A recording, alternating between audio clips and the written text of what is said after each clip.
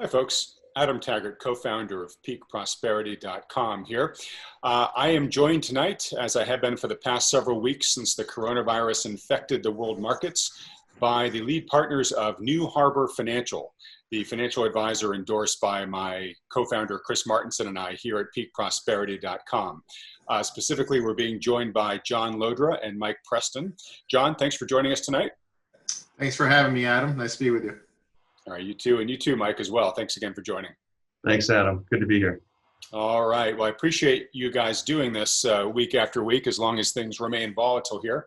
So trying to keep this quick tonight, because I know you guys are busy. We're speaking now after market hours on Thursday, April 16th.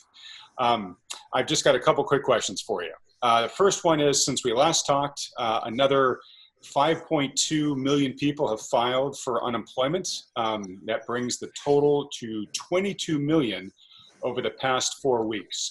Just completely unprecedented in American economic history. So the coronavirus definitely continues to destroy demand, economic demand worldwide.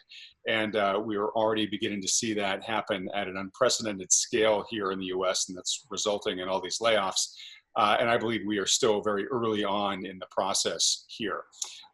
In addition, we are beginning to look at, getting a better look at earnings estimates as earnings season begins to approach for Q1. I do think we probably need to start referring to it as losses season, because I don't think there's going to be too many earnings to speak of, at least not positive ones. So given that backdrop, we then look at the markets, and 2.5 weeks ago or so, once Congress announced its $2 trillion stimulus package, and then the Fed piled on top of that with its $2 trillion of QE, and then it's additional $2 trillion in loan and purchase guarantees. And now there's continued talk of additional stimulus coming. The markets definitely, in the short term at least, bottomed, and they've continued rising upwards. They're still below their February highs for the most part. S&P right now is down still around, I think, 17% or so. But definitely the darlings are back in action. The FANG complex, F-A-N-G or F-A-A-N-G, Facebook, Alphabet, Apple, Amazon, Netflix, Google. I guess Google and Alphabet are the same company. But that complex is back at its all-time high, believe it or not. Crazy stuff. So I think the immediate question I want to put to the two of you is, I know that there's a lot of headlines out there now saying, is it over? Was the hit from the coronavirus to the stock market short and brief and now behind us? Or perhaps, are lower prices ahead? I've heard some people use the term eye of the storm. This is the eye of the storm. But I guess my question for you guys is, if people are beginning to feel like, that wasn't nearly as bad as I thought, and if they've ridden the markets down and have been riding them back up and are thinking of staying in to see how much further this will go, or if they've had cash on the sidelines and are now wondering whether we're off to a new bull market and should they be deploying that capital now, what do you guys think? Mike, let's start with you, and then I'll hand it to you, John. I'll tell you what, Adam, nobody knows the future, but we don't think that this bear market is over. We are having a very large bounce. The first bounce after a market top. After a market tops and then has a sharp drop like the one that we saw. The first bounce, the job of that bounce is to convince everyone that the worst is over, that good times are here again, that we're going straight up to the high, and that this is a V-shaped recovery. Certainly so far, we're on the third week here of pretty large weekly increases in the market, and the speed of the move is pretty surprising even to us. But we're completely out of the market and have been for about a week in our portfolios, and we think that this is an oversold bounce, a very sharp and sudden oversold bounce. But what really has us worried is how fast everyone is convinced, that the worst is behind us, that the bull market is back. Even back a few weeks ago when the market bottomed, for the short term anyway, there was way too much bullishness there. The market would oftentimes ramp into the close the last 30 minutes of the day. There was very little indication that a lasting bottom was in. So again, this bounce is doing a really good job of putting everyone back in the optimistic camp, and that's essentially the job of the first big bounce after a major peak. We'd be very careful here. If you're still exposed too much to equities, it's a fantastic opportunity to reduce exposure. And by all means, don't get sucked back in on this. Better to sit and watch.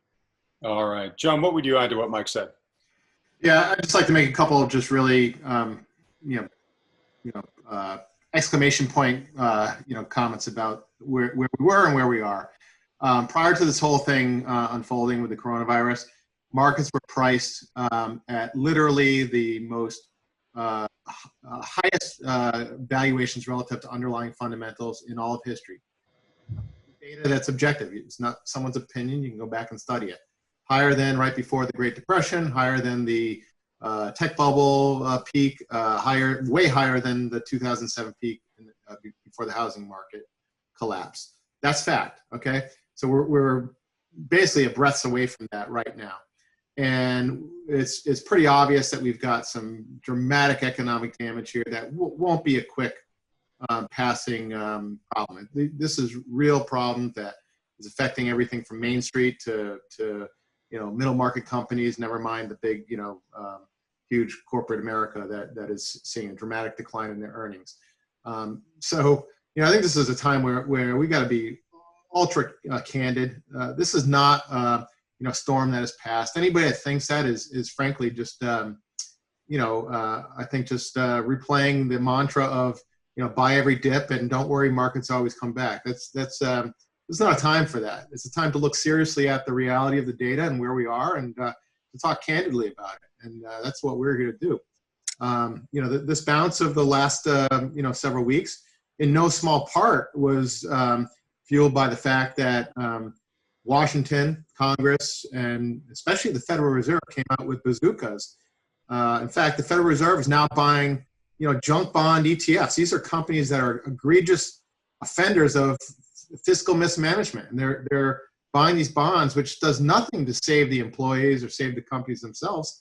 It has everything to do with bailing out investors from taking losses, which is it's actually criminal. And in fact, it is against the law. If you look at the Federal Reserve Act, what they're doing is blatantly in violation of the Federal Reserve Act. So if people want to cheerlead this, they should at least understand what they're cheerleading. We're talking at a time when Main Street people are hurting. The so-called paycheck protection program loans to small businesses have been exhausted. This is serious stuff, and we're not going to sit here as financial advisors and just talk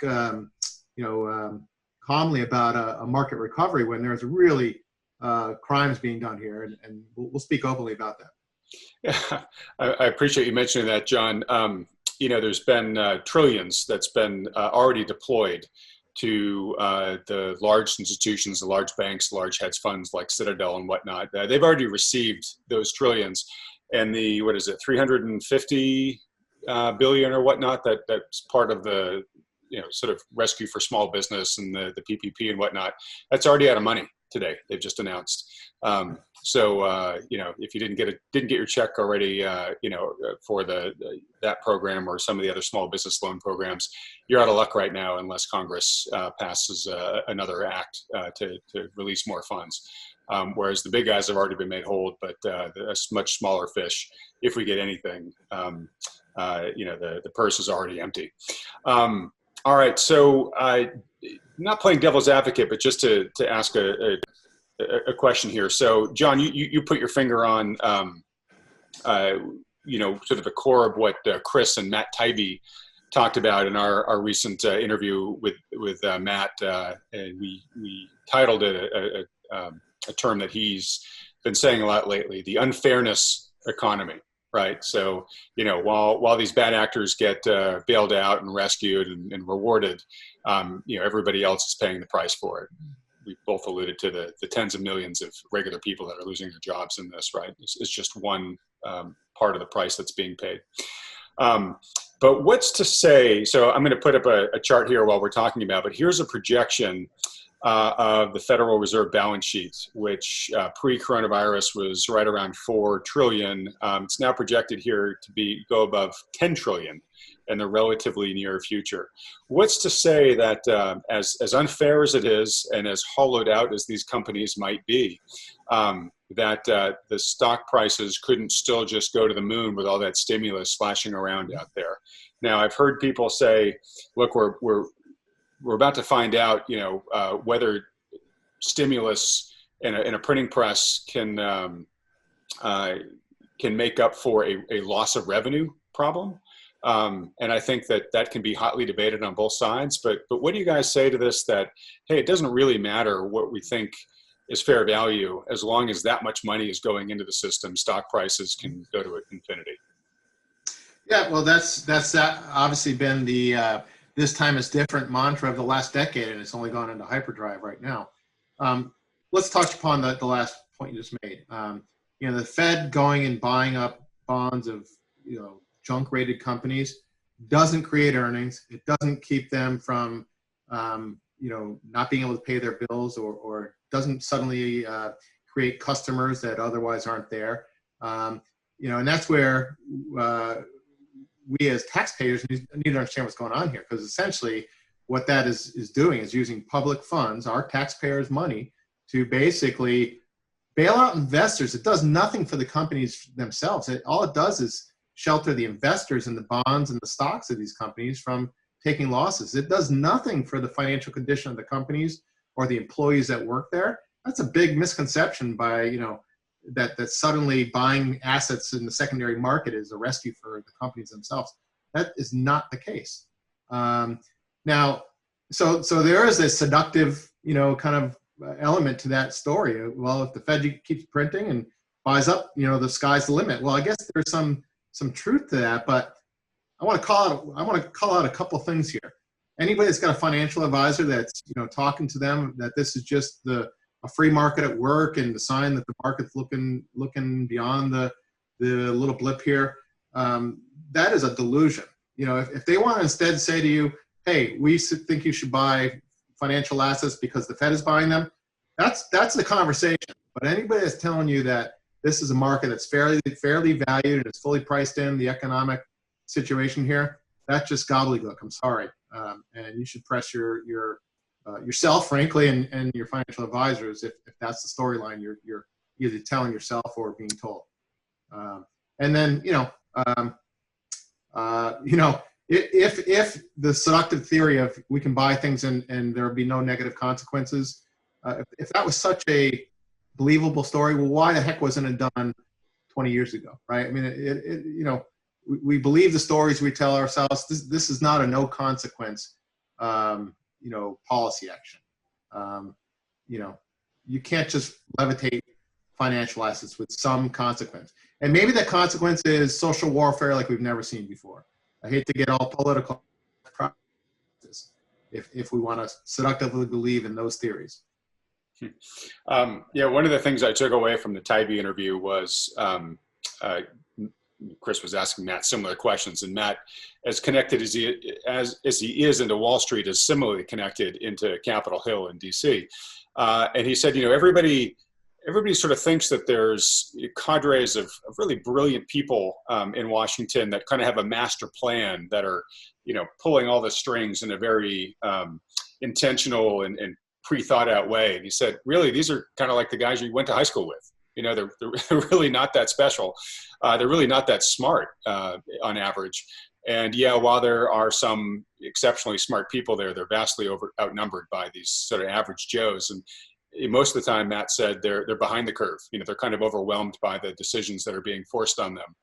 And of course, right now, at a historically unprecedented time, Matt's opinion is these guys really don't understand the repercussions of the decision they're making. So, right now there's a flood of money going out there, but nobody really understands fully where it's going to end up, the implications it's going to have. And in a lot of ways, when you talk about money flows, the flow is the important part of that's term there. And, when the money goes out, yes, things react very quickly.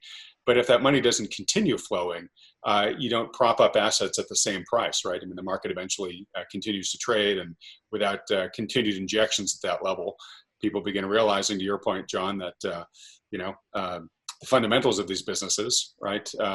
That's what should be driving the long-term average value of the stock price. And right now we're looking at, decreases in demand in certain industries by 30, 40, or more percent.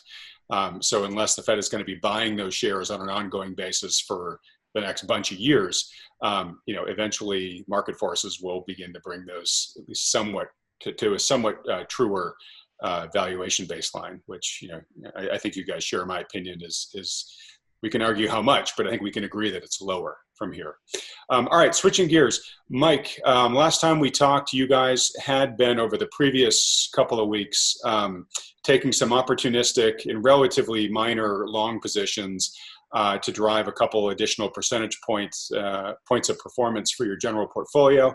I think when we talked last week, you guys were getting uncomfortable with the degree and the intensity of the bounce that had happened, and we're beginning to move back to the sidelines, pulling yourselves out of your market exposure. What's happened since then, if anything? Well, not really much has happened since then, Adam. I'm not sure if, on the day that we talked last week, we were completely out of them or not, but it was towards the end of last week that we got completely out of them. And those very, very conservative hedge long positions, which, by the way, were only at about an 18% exposure, a very, very conservative, prudent exposure that was actually hedged with options. We were out of that as of last week. Of course, the markets continued up for another week past then, but you have to understand that we were, and all kinds of signals were telling us to be careful for the longest time. The market peaked out February 19th. We had a sharp drop and an explosion in volatility, but we still remained at a point, even at the lowest a few weeks ago, where the market was still vastly overvalued and priced at levels that probably at best could be expected to generate returns of 1%, 2%, or 3% over the following 10 years. In fact, at that time, we could have fallen another 50% from there. It was not out of the realm of possibilities. So we kind of tiptoed in, got up to an 18% exposure, matched with hedged options. The market had a bounce, and we got out about a week ago. We added about approximately 1.5% account level profits with that move. Now, again, the market's continued on a little more. It's easy to say, well, you could have taken a bigger position or held it longer. We don't want to overstay in these markets. Everything is screaming at us that these markets are very dangerous. And so we're going to continue to sit on our hands and wait for our next opportunity. Okay. So just shorthand, you guys obviously were very well positioned before the market dropped. The market dropped. I remember at kind of the depths, the S&P was down 33% or so. You guys were up 1% or so. Now the market's bounced pretty severely higher, but S&P is still down around 17% or so. I believe you guys are still up a couple of percent versus the February highs. Between 3% and 4% okay. Year to date versus the February highs, a couple percent. Okay, so a couple percent since February highs. S&P is still down 17%. So you're still doing quite well relative to the market, but you are saying, look, we're not trusting this rally so much so that we're now, pretty much fully back to being out of the market, and we are waiting for what we expect to be lower prices ahead in the short to medium term. Is that accurate? It is. Okay. Great. And John, before we hopped on the call here, you were saying that, in addition to just sort of, hey, what do I do immediately with my investment capital? There's been a whole host of other types of sort of personal finance, personal investing questions that you guys have been fielding of late from the folks that have been coming to you from peakprosperity.com. Are there any ones that are material and worth talking about before we clock off here? Yeah, I guess one of the more noteworthy aspects of the CARES Act that was passed, late last month. There were pretty dramatic changes on the distribution rules from retirement accounts, IRAs, and 401ks. Now, of course, this is not meant to be financial advice for any one individual listening, but certainly the broad strokes are that things like penalties on withdrawals from retirement accounts for folks that are under age 59 and a half have been waived. Still, most of those accounts, if they're pre-tax accounts, they're still going to be treated as taxable income, taxable withdrawals, but it unlocks an otherwise somewhat untouchable account for a lot of people that may be in need of short-term liquidity. And it also relax the rules for getting the money back into those accounts. Typically one could do what's called a 60-day rollover in any given year, and essentially have a short-term source of liquidity that, as long as they got it back into those retirement accounts within 60 days, it's like it never happened, and therefore it's not a taxable event. That's been extended to 3 years. And again, there's some nuances here that I don't want people to take, this is, broad financial advice for their situation, but it greatly enhances liquidity provisions on retirement accounts. And it also, several of our clients have talked about, hey, I want to start to opportunistically get money out of my IRA account. They're looking at the calculus. We're in a pretty low tax environment right now. Certainly the tax cuts that Trump put into place early in his administration. We won't debate whether they were well advised, but they're in place, and they're it offers what many seem to think, and we kind of agree, are probably pretty low tax rates relative to what will likely be in place down the road. So folks can get money out today without penalty, and can actually spread the tax impact over 3 years. So there's a lot of planning conversations that can happen around even just these particular waivers and relaxations on access to retirement accounts. All right.